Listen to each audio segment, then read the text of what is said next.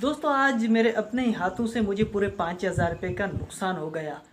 और ये गलती आप भी कभी नहीं करना, वरना आपके साथ भी ये सीन हो सकता है।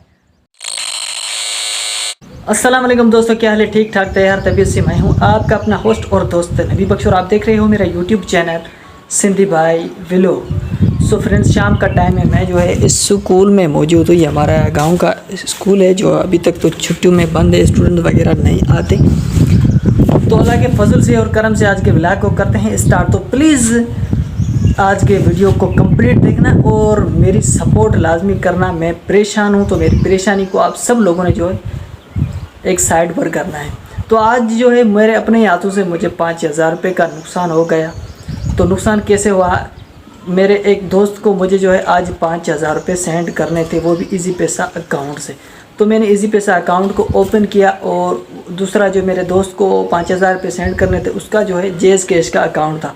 तो मैंने अपने अकाउंट को ओपन किया और 5,000 रुपये जो उसके जेज कैश में सेंड करने थे, लेकिन गलती से मैंने जो है इजी पैसा अकाउंट वहाँ पर सिलेक्ट कर दिया, जेज कैश नहीं किया।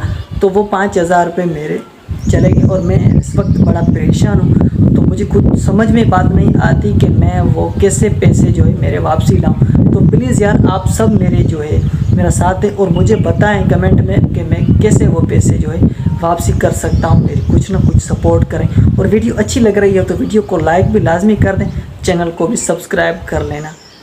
मेहरबानी।